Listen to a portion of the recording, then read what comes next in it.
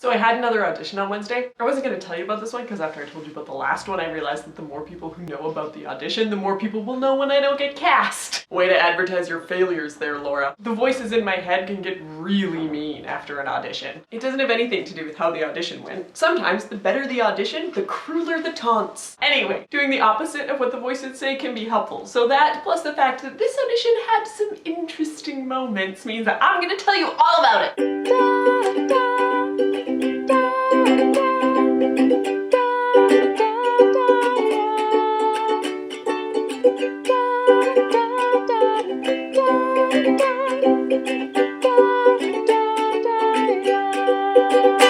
The audition was in Kent, which is a part of Greater London, and Google Maps told me it was going to take me an hour to get there. They were right this time, but anyone who trusts internet directions and ETAs completely is naive or an idiot, and either way they're asking for trouble. So I left at 2 for my 4:15 audition, because it's me and I have to assume that even if the directions are perfect, I will still have trouble following them. Except that I didn't, and Google's ETA was spot on. So 3 o'clock found me a couple of houses down from my destination. And that's when I saw her. She was obviously another auditionee. Her red lipstick gave her away. The audition was for a 40s musical theater thing. Except she looked like an old-timey movie star with her perfect hair and her long coat. And there's me with my unmanageable hair and my bulky ski jacket and my backpack strapped across it so that I look like a blue Michelin man. I see her see my red lips and look me up and down. We smile furtively at each other. Maybe she thinks I look like a movie star too. Highly unlikely. And then I got to the address and it became apparent that this was gonna happen in somebody's flat. The last audition happened in an apartment building too. I checked in with the doorman and waited in the reception area until they came to fetch me. When I asked to use the toilet, the man at the front desk escorted me up to the pool and sauna area and then waited in the elevator to escort me back down. It was a nice place. This was obviously smaller. No doorman, no lobby. He was either gonna have us waiting in another room in the flat or outside in the hall, which is fine for half an hour. Change your shoes, do some breathing exercises, brush your hair. But an hour and 10 minutes? Nobody wants that. So I walked back towards the train station to find a cafe where in exchange for buying a dessert square, I was allowed to use the toilet. I saved the square for the train ride home. You do not eat chocolate and peanut butter before a singing audition. There was an instructor at Rosebud who taught an audition course and he said that we should always treat ourselves after one because auditions are stressful and any reason to trick ourselves into not dreading them helps. Good advice, but my version of treat yourself involves gorging myself on chocolate and then my face breaks out and it doesn't really help with the whole good associations thing. Anyway, I got back at 3:40. That's 35 minutes early for those of you keeping track. Perfect. I pushed the buzzer. Hi, this is Laura Gillespie. I have an audition at 4:15. Can you come back at 4:15 then? Sure.